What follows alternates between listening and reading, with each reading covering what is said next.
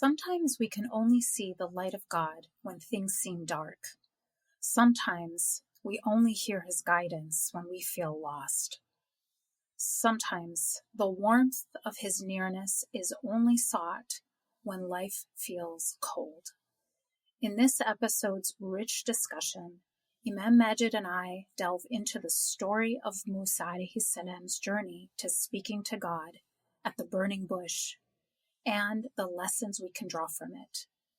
This is Quran Conversations, the podcast for anyone who wishes to unlock the meaning and healing power of the Quran. I'm your host, Dalia Mogahed, an author, researcher, and a student of the Quran.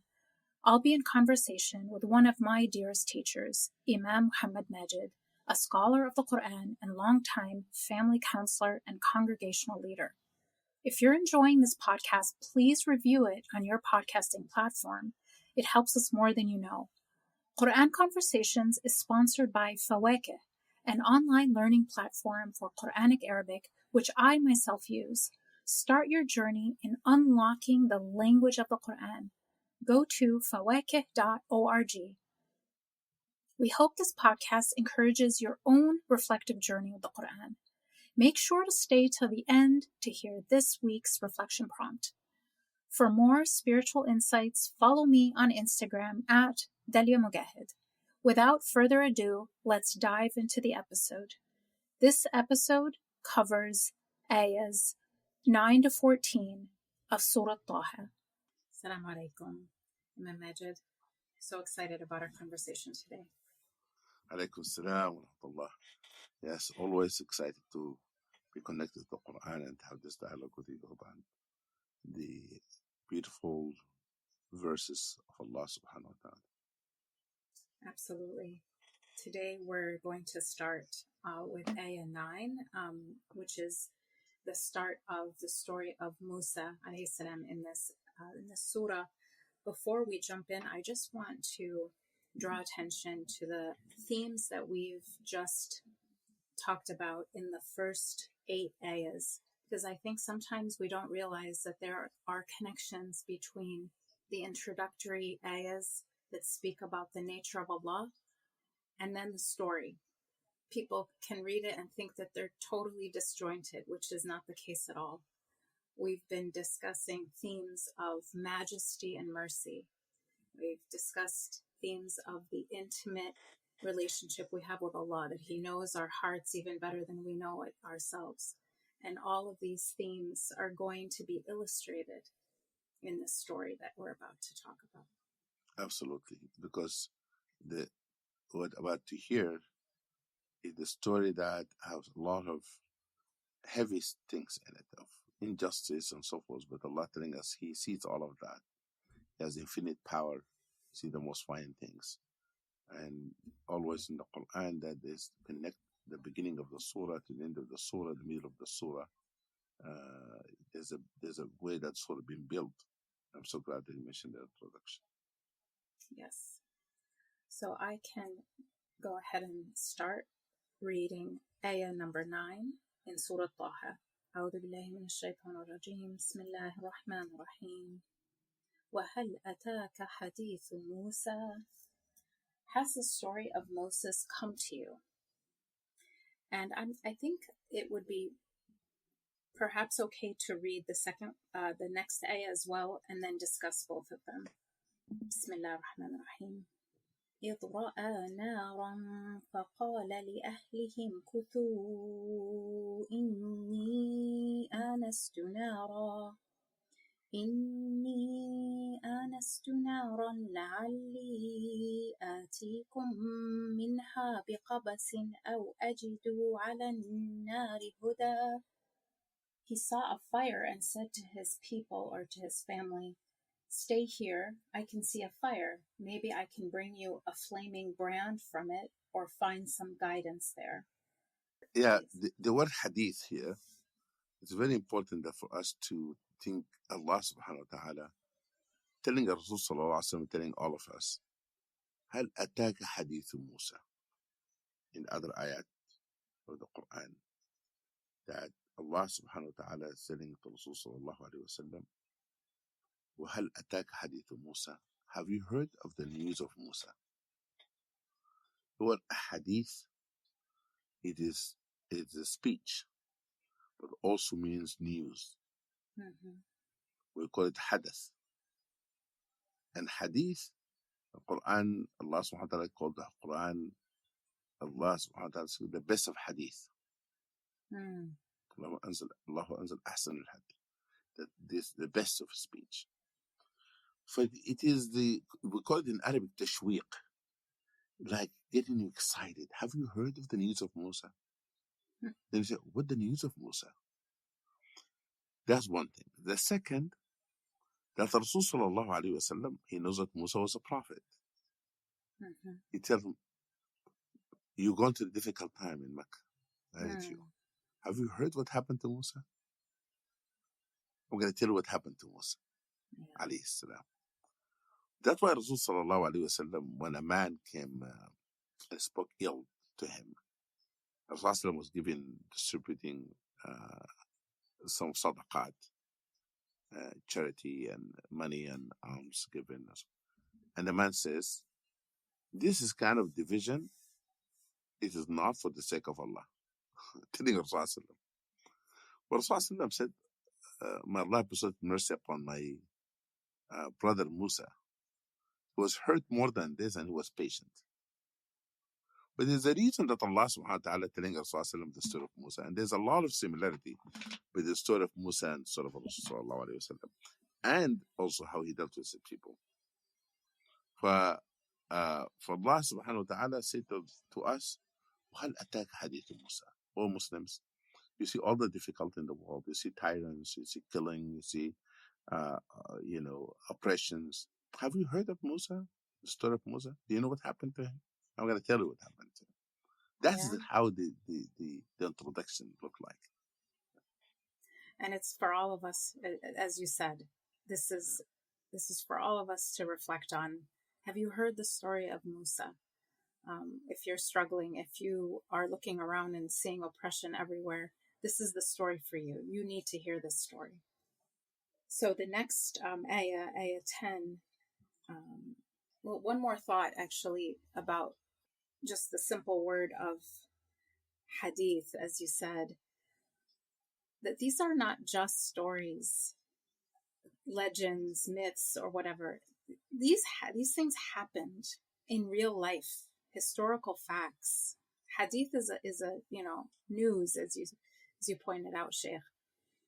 So when we're reading this, these are human beings. These are real historical events, and we have to be absolutely certain of this when we read these stories. Absolutely. It's not fiction. This is not fiction. This People is a non-fiction book. Walk and breathe, in this world and encounter all the things that Allah about to tell us about them. Yes. Would you like to start reflecting on ayah 10? Yes. Allah subhanahu wa ta'ala telling us in Surah Taha is different from Surah Al-Qasas. In Surah Al-Qasas, Allah talks about the childhood first. Here Allah subhanahu wa ta'ala talking about his prophethood, how the prophethood started. And talks about him after he become married and have his wife, and he's in this journey together. And the beautiful things when you read in the Quran that Allah subhanahu wa ta'ala talk about family of prophets suffering with them and struggling with them, or family of prophets that have conflict with them. For in the story of Musa here, Musa alayhi salam, this was his Khadija, a woman that's struggling with him, that she gave him comfort because gave him a job. He has a job because of this woman. And he was secured because of this woman, like we did in other person in the Quran. For this is the daughter of Shu'aib that was accompanying Musa alayhi salam. And Musa alayhi salam, as you know, left Egypt frightened, feeling insecure, running for his life. And then he found refuges in Midian. And because he provided service to those two ladies, Allah opened door for him that to be introduced to his father-in-law and his wife. And after he finished the time that he spent in Midian, now he time for him to leave.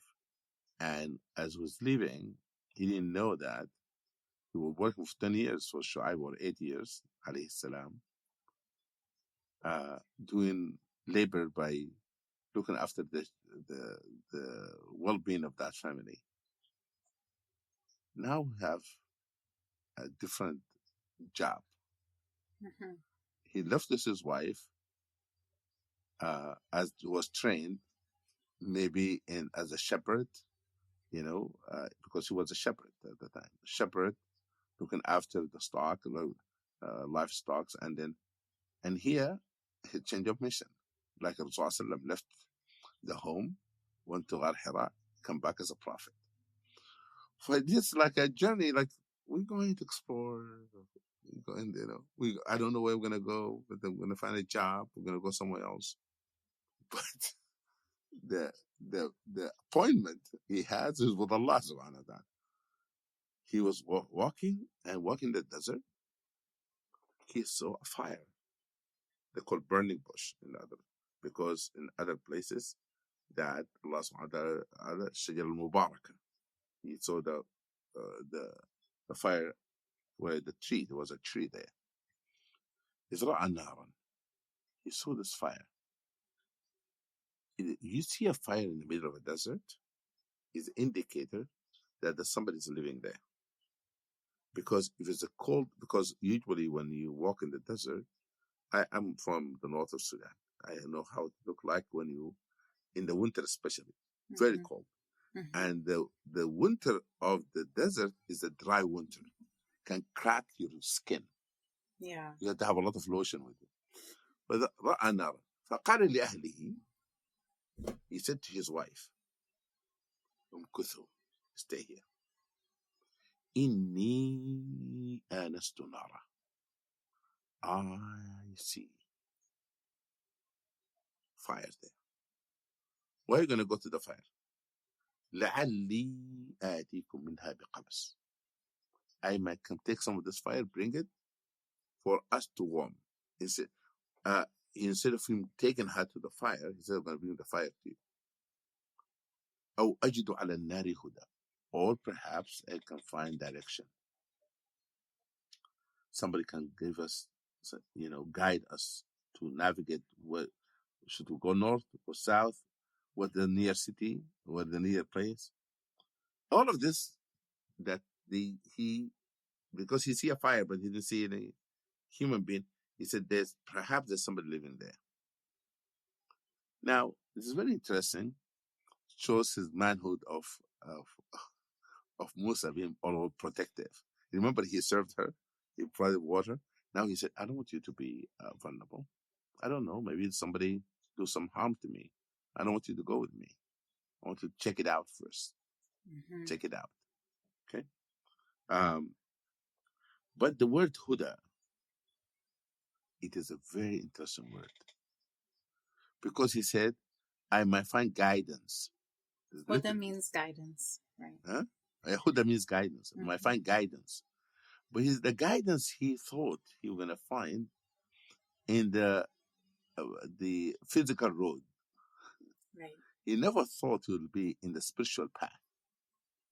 Right. He did find guidance there, but a different guidance. Okay. Yeah, I remember Sheikh Omar Suleiman said it was the biggest understatement in history to say maybe I'll find some guidance. Yes. When he actually started, was spoken to by Allah. Thank you so much, Imam Magid.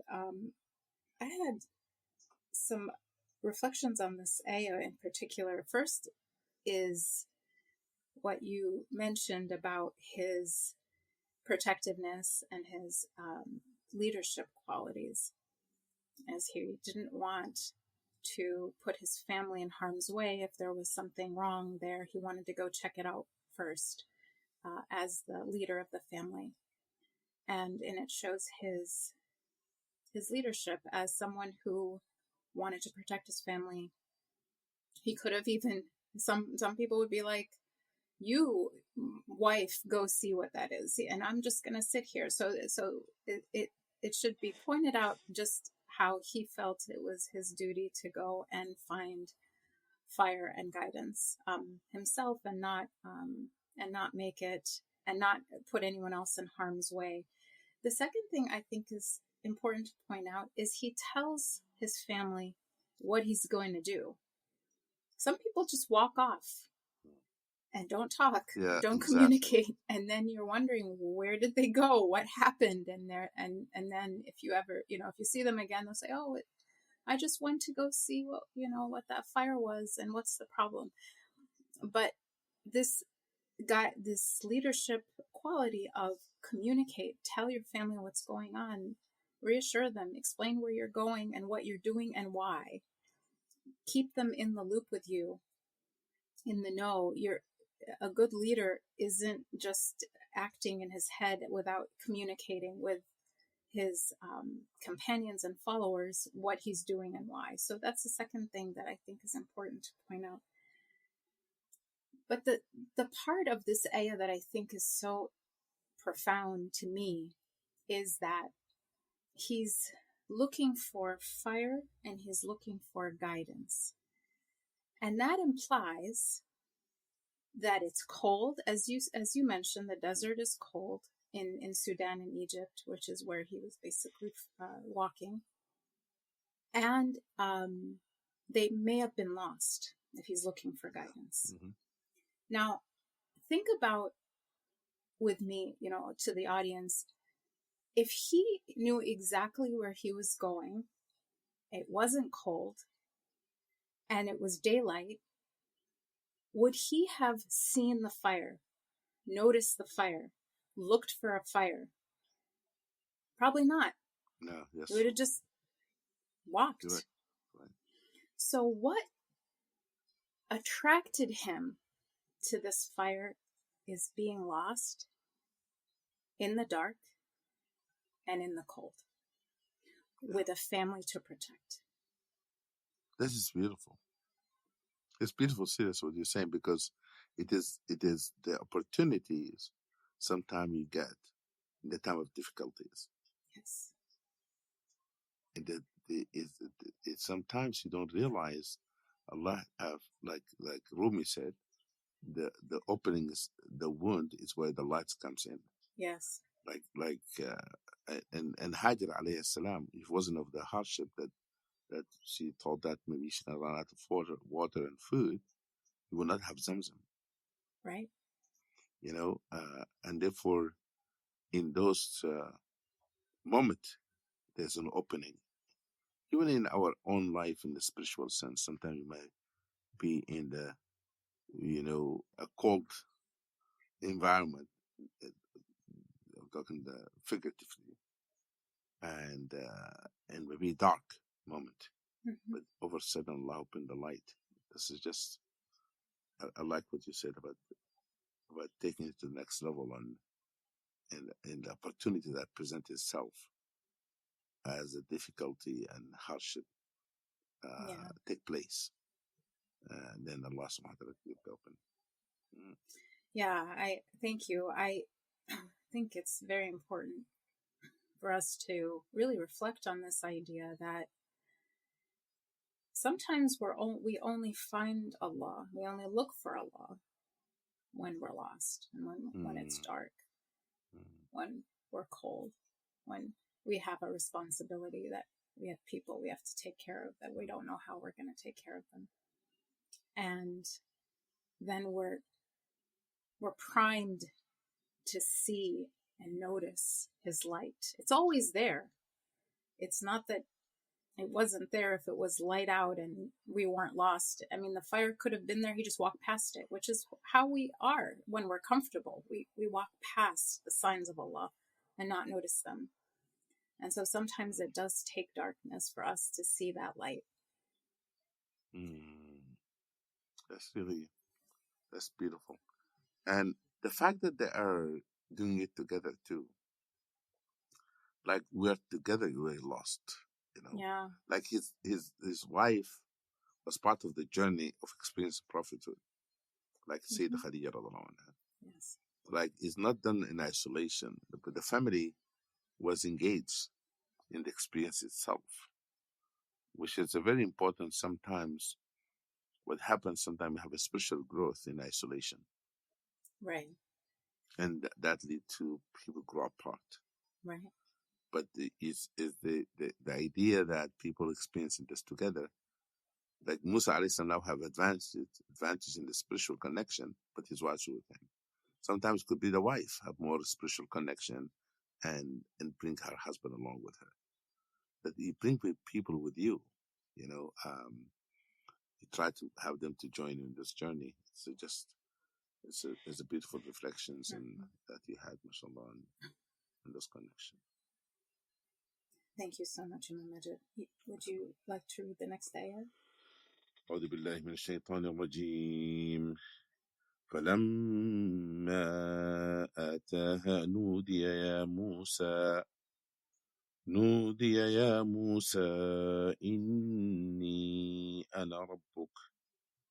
إني أنا ربك فاخلع عليك إنك بالوادي المقدس طوى. I read the two verses together because they're connected. Right. When he came to the fire, he was summoned. Musa, I am your Lord. Take off your shoes. You are in the sacred valley of Tua. It is just amazing that when he went to the, as we said earlier, when he went to the fire, he was thinking about he put in his GPS, asking him if internet connections or a map, looking for directions. Or directions. But the direction come from heaven. Right. A real direction for the rest of his life. But when he went there, he was called by his name. When somebody called by name, that somebody knows you. Right. You know, middle of the desert, who knows me? Who knows my name? First of all, I'm running out from Egypt. I'm in the desert in Madian, in the area of Jordan. Who knows me here? لما ده نودي يا موسى, يا Musa first. Allah could have said, Allah is speaking to you. No. But he said to him, نودي يا Musa. Imagine you walk in the street, somebody says, Dalia, Muhammad. You know, no. So, especially if you in a place that you never been before, and somebody call your name, maybe they call it somebody else, but you say like, somebody calling me, like, you know. فهي نودي يا موسى. And this, by the way, it does not happen through Jibril alayhi salam. Allah talking directly. كلم الله موسى تكليما. لما أتاها نودي يا موسى إني أنا ربك. Subhanallah. He didn't say Inni ana Allah in this one here. In other places, Inni ana Allahu la ilaha illa ana. In other verses. But in this verse, Inni ana Rabbuk. I am your Lord. Take off your shoes. First order. Take off your shoes. Musa alayhi salam been walking for a long time. Wandering that land. Now he said, there's a new journey. And this new journey about take your shoes off. You're not going to walk the same walk. Different track. إخلعنا عليك. I always wondered about why you have to take off your shoes. He said to me, now you're in New Valley. This is not the same walk you used to walk. It's not just going about the after this flock and the shepherd. Now you're going to be a shepherd of humanity. إخلعنا عليك. Take off your shoes. By the way, there's a symbolism in shoes always. You know, it's amazing that Rasul Sallallahu Alaihi Wasallam said to Bilal, رضي الله عنه, يا بلال إني سمعت خشخشة عليك في الجنة. I heard the sound of your shoes عليك في الجنة. How did you get there? What do you do? The Bilal said, رضي الله عنه, I will always stay in Tahara, make wudu, and I pray 2 rakats. After I make wudu, pray 2 rakats. خشخشة عليك في الجنة. I heard you walking ahead of me. It's just amazing. For here Allah subhanahu wa ta'ala said, فَاخْلَعْنَ عَلَيْكَ إِنَّكَ بِالْوَادِ الْمُقَدَّسِ. You are in this holy valley now. The valley is holy because Allah is calling him into it. And the holiness of places is where the connection with Allah subhanahu wa ta'ala is. That's why the masajid is called Baytullah, the place that where you connect with Allah and you pray. في بيوت أذن الله أن ترفع. That's why the Masjid al-Aqsa, Allah subhanahu wa ta'ala bring Isa, our brother, sister in Palestine, is the holy place. That's why the Masjid al-Haram, Mecca, is a holy place. The Masjid al-Nabawi, because this is a place where you do talk to Allah subhanahu wa ta'ala and you hear Allah subhanahu wa ta'ala talking to you. Because Allah, في بيوت أذن الله أن ترفع ويذكر فيها اسمه. The whole house of Allah, Allah allowed to us to raise high, and the members of Allah take place. For this wadi become like a masjid. فَخْلَعْنَ عَلَيْكَ إِنَّكَ بِالْوَادِ الْمُقَدَّسِ. For the removing of the shoes is changing his also mental, physical conditions, preparing himself to hear something else. And that's why people ask me that sometimes when I talk about inner dimension of wudu, I said, you might take a shower, have perfume, and so forth. And I'm clean, that may make salah. No. Wudu is preparing oneself spiritually to stand before Allah. Allah subhanahu wa ta'ala, when he to take off his shoes, is to prepare himself physically to receive the spiritual connection. For sometimes we don't realize that our preparing for salah, washing our feet, washing our hand and washing our mouth and so forth, this is a physical preparation, but it's a spiritual state that we are entering before we stand before Allah subhanahu wa ta'ala. And that's why they say tustabahu bihi salah. Then the salah become permissible by entering that state. And here there's a symbolism of taking off your shoes, because we're gonna hear something. Thank you so much. I think the first part, when he got there, فَلَمَّا آتَاهَا, when he got there, when he reached the point where he saw the fire, he heard he was called by name. And as you pointed out, it means he is known. This voice that's calling to him is one that knows him. And he's no stranger to Allah. He has been in constant communication with Allah throughout his life. So in Surah Al-Qasas, we learn about how he's always making dua throughout his life's journey. When he was walking away from Egypt to Madian, where he met the 2 maidens and gave them water, he was in constant communication with Allah. They didn't have a distant relationship where this is the first time he's hearing from God, the first time he's connecting. And I'm going to emphasize some of these things because in the other telling of the story, it's not the same. The other telling of this story, when he hears God's voice in the burning bush, it's the first time he's ever connected with God. They're strangers. They have a power distance, a very big distance, and then he's just so shocked. Of course, it's shocking for God to talk to you no matter what. But it's important that this is, he already has a deep, very personal connection with Allah. And so he is being, and that is being emphasized and underscored because the first thing he hears is his name. He's being called by the one who knows him, who knows his heart, who knows even the secrets that are hidden from him himself. And this is an illustration of some of the themes in the introduction.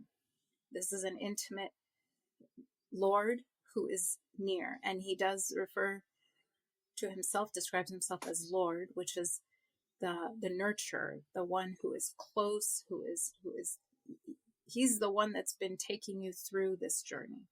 He's the one that's been your sustainer. I think the symbolism of taking off his shoes is so interesting. I love what you said about he has a new path to walk now, so he has to take his shoes off because it's a turning point in his life. I'm reminded of the idea of walk a mile in my moccasins. You know, the idea of walking in someone's shoes, it means experiencing their life, experiencing their reality. And now he's being told you're going to have a very different reality. So it's time to take your shoes off. The other thing about removing our shoes is it's a show of both humility, respect, Exactly. and vulnerability. Absolutely. And he had to ready him to receive what was about to happen by disarming him almost. Take off your armor. Yeah. So you can receive. And interesting, this is Dalia that, mashallah, jazakallah khair for bringing the humility and aspect of it. But also,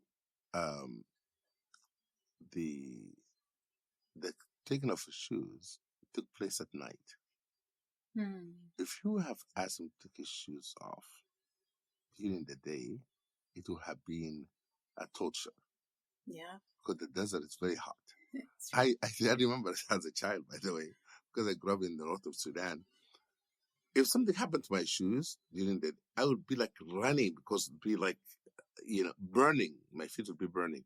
I would be like running against the wall to try to find that shade, like very thin shade. We like walking like, it's very interesting putting my feet into the wall to try to save myself. But here is a cold night and ask him to take off his shoes. I think also it is it's interesting that in mindfulness they ask you to feel the ground, to feel the ground. Grounding. It's called grounding. Grounding. Yeah. Exactly. Put your feet on the ground. Yeah. It regulates your nervous system. Exactly. But it's really amazing that Allah subhanahu wa ta'ala, the first order of Musa, alayhi salam, was to take off his shoes. Connect with He your didn't origins. ask him to bow down. He said, I'm your Lord, make sajda. Yeah. First ground yourself. Listen to what I want to tell you. Yeah, so ready yourself for the receiving what you're going to hear. Exactly. I'll read the next ayah. Bismillah ar-Rahman ar-Rahim. وَأَنَا اخْتَرْتُكَ فَاسْتَمِعْ لِمَا يُوحَى. I have chosen you, so listen to what is being revealed. Reflecting on this ayah, it seems very straightforward. He's saying, I chose you as a prophet, of course, a messenger of Allah, so listen to what is being revealed. But I started to think, in addition to this, of course, I started to think about this ayah in how it might apply to anyone reading the Quran. Because if you're reading this ayah, and you believe in its truth, then you were chosen. You were chosen to believe. And you were chosen to connect with this book. And you were chosen to exist. You were chosen to be born. You were chosen to live long enough to have consciousness and to choose to believe. And so to reflect on the fact that if we are here listening to this Quran, reflecting on it, we are incredibly blessed and chosen. And so what should we do in response to that? Listen to what is being revealed. Internalize it. It's a huge blessing. It's beautiful. And the beautiful thing here that Allah subhanahu wa ta'ala said, وَأَنَا اخْتَرْتُكَ, I, the one who have chosen you. This is not somebody else. I have chosen you. وَأَنَا اخْتَرْتُكَ. You know, in life, you have to believe that the khira of Allah for us better than the khira of ourselves to ourselves. When Allah choose something for you, better than the choice that we make ourselves. خيرة الله للعبد خير من خيرة العبد لنفسه. What Allah have chosen for us better than what He chose for ourselves. And that's why we have something called Salatul Istikhara. اللهم إني أستخيرك بعلمك. I'm asking you, consulting with you, to guide me based on your knowledge.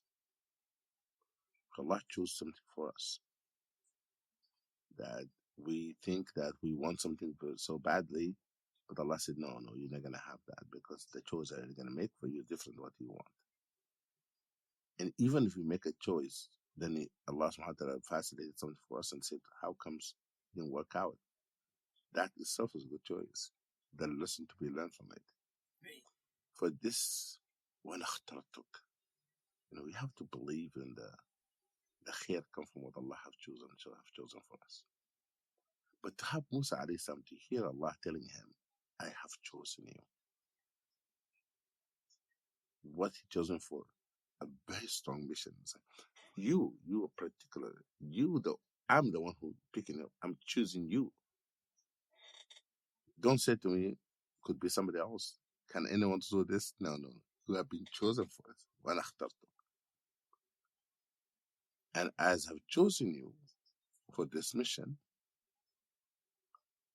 فَاسْتَمِعْ. Now, you have no other option. Listen, لِمَا يُوحَى. فَاسْتَمِعْ لِمَا يُوحَى. Now, as you have said, beautiful way, Allah have made us to be the Ummah of Islam and listen to the Quran. استمعوا أيها الناس. Listen to what Allah says. إذا قرأ القرآن فاستمعوا له وأنصتوا لعلكم ترحمون. When the Quran being recited to you, listen carefully, Allah said. Have tentative ear so that you may experience His mercy. This is about mercy. فاستمع لما يوحى. Not only that, Allah said, I'm talking to you. And wahi in Arabic it is to reveal something in private, in general, or to talk to someone in private. Allah revealed the Quran to Rasul to him, but He asked him to share it with us, to tell us what Allah said. The word wahi in the Quran came in different forms. Sometimes wahi means private conversation between human being and jinn. شياطين الإنس والجن يوحي بعضهم إلى بعض زخرف القول غرورا. Private conversation. Or Allah subhanahu wa ta'ala could be giving direction, instructions. إذا أوحى ربك إلى النحل. Allah revealed to the bees how to build his homes and so forth. It could be wahi to the mother of Musa. Inspires her. إذا أوحينا إلى أم موسى. Or Allah subhanahu wa ta'ala can give instruction to malaika. إذا أوحى ربك إلى الملائكة إني معكم ثبتوا الذين آمنوا. I'm with you. Give strength to the believers. And wahi is a revelation that Allah gave to prophets. between them and Allah, then Allah ordered them to share it with others. Allah is sitting فاستمع لما يوحى. There's a private conversation. I'm telling you, فاستمع. Can you imagine that this more powerful, there's nothing more powerful than this moment in anyone's life. Mm-hmm. Talking to Allah Himself, and Allah subhanahu wa ta'ala says, أنا اخترتك, I have chosen you. Then listen to what I'm going to reveal to you. I think Musa alayhi salam, all his body now become listening. Yeah. Imagine, you read the Quran, have goosebumps. Mm-hmm. What do you want? What if when you hear Allah talking to you? I know. واستمع لما يوحى. It's just so powerful. And just think about what his life trajectory has been until this moment. He was saved from a genocide by being taken up by his enemy. Then he had this incident of accidentally killing a man and the hardship of that, and then having to flee and be exiled. And then he was working for 8 to 10 years in a foreign land. And then he's here. So his life, and we'll talk about this later, his life up until this point has not been easy, has been a series of trials. And he may have felt unsure of himself. I mean, we know that the way he responds, but he's being told by God Himself directly, I'm choosing you. It's like, after all of these things, he's not a rabbi, he's not a scholar who's just been in a school reading scripture. He's an otherwise ordinary man who's had to overcome so many trials. And he feels guilt about the death of this Egyptian that he was involved with. And so to then be told, no, you're being chosen in this way that is unprecedented, that's never happened to anyone else. Imagine. This is beautiful. You and I have completed Surah Yusuf. Yes. And the connection between this and that I'm so glad that we did Yusuf alayhi salam story first and then talk Musa, because chronological order, Yusuf came before Musa alayhi salam. But Yusuf also was chosen.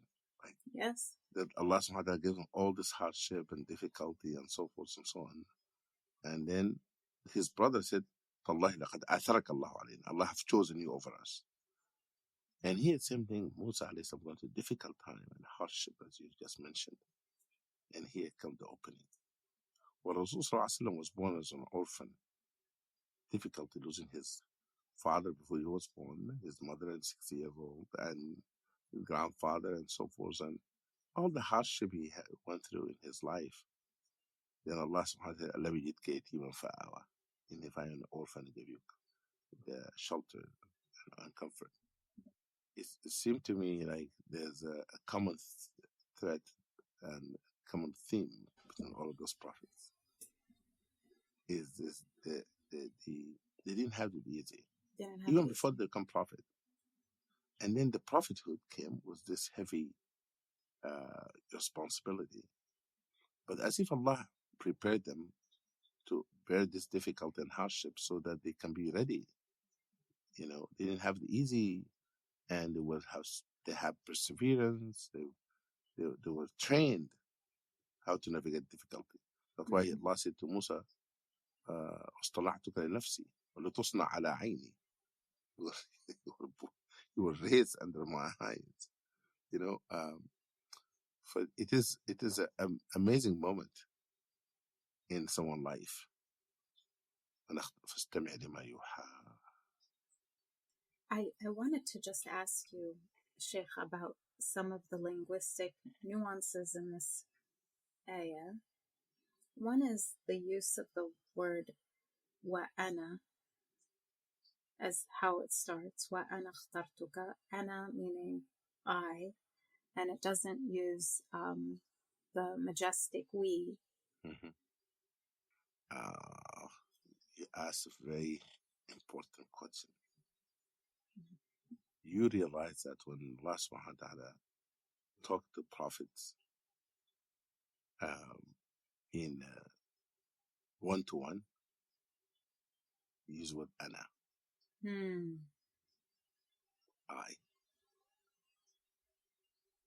in general. And when he don't talk in general, they say we, the majestic we. And also he used kaf al-mukhatab, that I chosen you, اخترتك, it's you. He said to Rasulullah sallallahu alaihi wasallam, Inna a'tainaka al-kawthar, we have given you the kawthar. Because you could have said, Inna a'taynahu al-kawthar. It's still talking about Rasulullah sallallahu alaihi wasallam. No, a'tainaka. وَلَسَوْفَ يُعْطِيكَ رَبُّكَ your Lord, فَتَرْضَى. أَلَمْ يَجِدْكَ, did he find you? This amazing, this intimate connection. وَأَنَا اخْتَرْتُكَ, I have chosen you. Because before that he said to him, Allah subhanahu wa ta'ala introduced himself to him first. Inni ana rabbuk. He used just two. Inni, indeed, I am your Lord. Then said, I'm your Lord, and I have chosen you. وأنا اخترتك, I'm your Lord, but have chosen you. وأنا اخترتك. That is just a beautiful way of introducing Musa subhanahu wa ta'ala to the jalal of Allah, the greatness of Allah subhanahu wa ta'ala. فاستمع لما يوحى. First he told him, I'm your Lord. And then he said to him, and I have chosen you. Yeah, so it's just beautiful. In here, in the ayah, Inni ana rabbuk. Indeed, I'm your Lord. Inni ana rabbuk. فَخْلَعْنَا عَلَيْكَ. Don't think that you're hallucinating or you're thinking that somebody else talking to you. I'm Allah talking to you. Take off your shoes. Let's have a conversation. Don't think you're hallucinating, and don't think anyone else is your Lord. Exactly. That's why in the encountering of Wahy with Rasul sallallahu alaihi wasallam, that's why Jibril squeezed him 3 times. You're not hallucinating. It's not imagining. It's not delusion. This is real. 3 times he squeezed him. The 3rd time he thought that you're going to die. Because imagine an engine of a prophet, of an angel, put in the human body. Jibreel is strong. But he squeezed him so hard. And then he said, اقرأ باسم ربك الذي خلق. Read in your name. Read in the name of thy Lord, the one who creates. That is really how happened in that revelation. The same thing here. I'm not going to tell you before I remind you who I am. أنا ربك, I'm your Lord.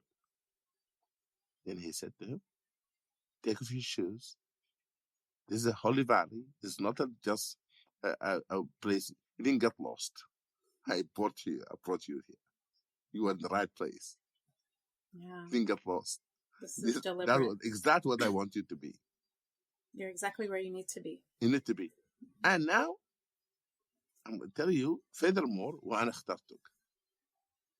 You came to this place because I've chosen you to come to this place because I've chosen you for something bigger.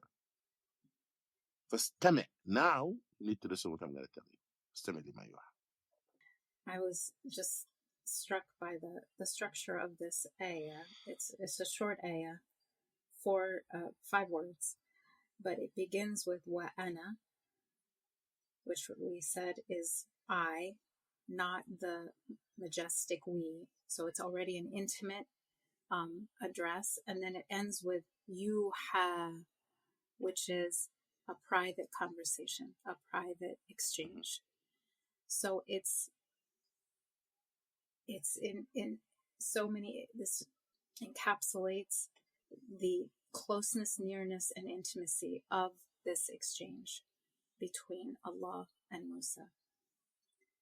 And he starts with this intimate connection, describing himself as his Lord, telling him to disarm, take off his shoes, saying, Wa ana, I have chosen you, so listen to this private exchange that we're having. And then he introduces his majesty in this next ayah, which I've heard it said this is the most majestic ayah of the whole Quran, in the way that Allah describes himself. Sheikh, would you like to read ayah 14, please? إنني أنا الله لا إله إلا أنا فاعبدني وأقم الصلاة لذكري. I am God. There is no God but me. So worship me and keep up the prayer so that you remember me. There's a couple of things I think maybe we can start with some of the linguistic points about this ayah that might be unfamiliar to some of our listeners. Just the use of emphasis in how it begins, in the use of the word innani, which means indeed, in great emphasis, like indeed with 1,000 underlines. I am indeed, and then again, Ana, I am God, describing who he is and his majesty. There is no God except I. So worship me and establish prayer to remember me. Sheikh, please. Yeah, there's so much to be said about this verse. Mm-hmm. First, إنني أنا الله. I'm indeed am Allah. أنا Allah. Like the mud here, the long vowel. Mm-hmm. إنني, I am indeed. Why Allah subhanahu wa ta'ala said, I'm your Lord, I've chosen you. I'm telling you now, one more time, I am Allah, there is no God but me. What did he teach him first? He taught him Tawheed, the foundation of all, rituals and all relationship with Allah. It begins with the oneness of God Almighty. And that's why the first thing is a person, you have to acknowledge, being Muslim, to acknowledge the oneness of Allah. Islam built on 5 things. The first, Shahadatu an la ilaha illallah. You have to acknowledge there's no partner, no associate, no deity worthy of worship except Allah Almighty. Every prophet was sent with that message. The first commandment in the 10th commandments is to worship God alone, even in the today Old Testament. Innani ana Allah. Allahu la, which is negating any possibility of anybody or anything could be God. Just like in math, you get rid of all the possibilities, or physics sometimes. La ilaha illa ana. It's the way, يعني, he didn't say inni ana Allah. He didn't say la ilaha illallah. The way he's talking to him, Allah subhanahu wa ta'ala, to Musa alayhi salam, putting the emphasis, this in introduction to who I am. Innani ana Allahu la. There's no God for sure except me.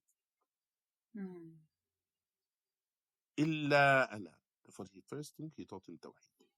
That Imam Ghazali rahimahullah has a very beautiful way of describing how to teach children Islam. He said, start with Allah first. Talk to them about Allah. Let them connect with Allah. So that when you ask them to pray, you already have prepared them to build the relationship with Allah, the one that they want to have relationship with Him through the salah, so through the prayer. And Allah subhanahu wa ta'ala here, before He talked about prayer, He talked about Tawheed, which is the priorities in teaching people Islam, sharing Islam with people. Rasulullah said to Mu'adh ibn Jabal, when he sent him to Yemen, he said, first call them to the oneness of God. If they believe in that, then ask them about the salah. If they learn about salah, then tell them. He brought the priorities of how to share Islam. He said to him, Allah said to Musa here, alayhi salam, and there's those who know tajweed, which is the art of recitation of Quran, called tajweed. He put long vowel. He said, إنني أنا الله لا إله إلا أنا. There is no God except me. إلا أنا. There's a beauty on that. And by the way, if you go just a little bit to the previous ayah, the word فاستمع, there's a sukoon in the end. فاستمع. No mad, no. Listen. لما يوحى. What I'm going to reveal to you.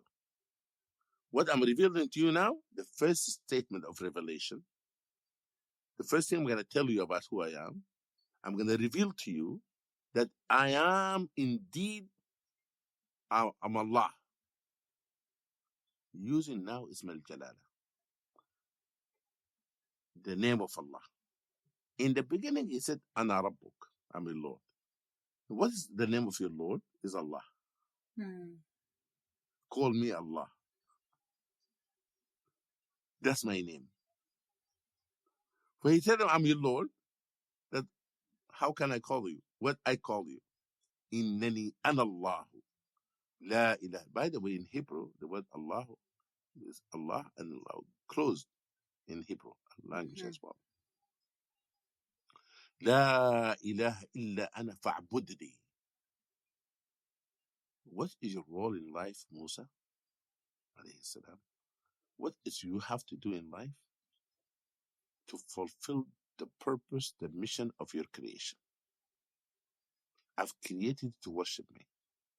Not only you, all humanity. وَمَا خَلَقْتُ الْجِنَّ وَالْإِنسَ إِلَّا لِيَعْبُدُونِ. Allah said, I have not created jinn, which is a creation that is not seen to us, or human being for no purpose except to worship me. فَعْبُدْنِي. How to worship me? Worship me in every aspect of your life. What's going to help you to worship me, to remind you of me, is your prayer. وَأَقِمِ الصَّلَاةَ لِذِكْرِي. The purpose of prayer, to remind you of me. So you can stay focused. And we can spend this episode just in talking about what it means to establish prayer in our home, in our life. Because he didn't say, وَصَلِّي لِذِكْرِي. He said, وَأَقِمِ الصَّلَاةَ لِذِكْرِي. Establish prayer. Make the prayer become the most important activity in your life. Establish it by preparing oneself to stand before me, and make it the most important activities and events in your daily activities. وَأَقِمِ الصَّلَاةَ لِذِكْرِي. Why are you praying? For what purpose? To remember me. Now, I just want to say one thing here. There's a similarity between this and Rasulullah in the beginning of the revelation. Allah subhanahu wa ta'ala said, اقرأ باسم ربك الذي خلق. Allah introduced Allah himself as the Lord of Rasulullah. And then خلق الإنسان من علق. He introduced himself in Surah Al-Qalam. Now in Surah Al-Muzammil introduced Salatih. يا أيها المزمل قم الليل إلا قليلا. You have to establish prayer. Before you call somebody to Islam, before you start your mission, I want you to take care of yourself first. As you say in the plane, put your mask first before you put the mask on somebody else. Therefore, you have to prepare yourself, train yourself spiritually. Therefore, you have to benefit yourself first. Therefore, that's why he said to him, أقيم الصلاة لذكري. Before I'm going to send you to Pharaoh, I'm not going to give you the big mission. I want you to take care of yourself first. I want you to have spiritual strength. Build up this power, spiritual power first. You have to have that base and that foundation. وأقيم الصلاة لذكري. Establish prayer for my remembrance. It emphasizes, as you said, that salah is for the purpose of remembering God, which enables us to always worship Him. So this idea of fa'budni, which means worship me, serve me, the state of being in constant ubudiyya or servitude to Allah requires that we remember Him, and that's made possible and enabled by our salah. So ubudiyya or worshipping is bigger than just performing the salah.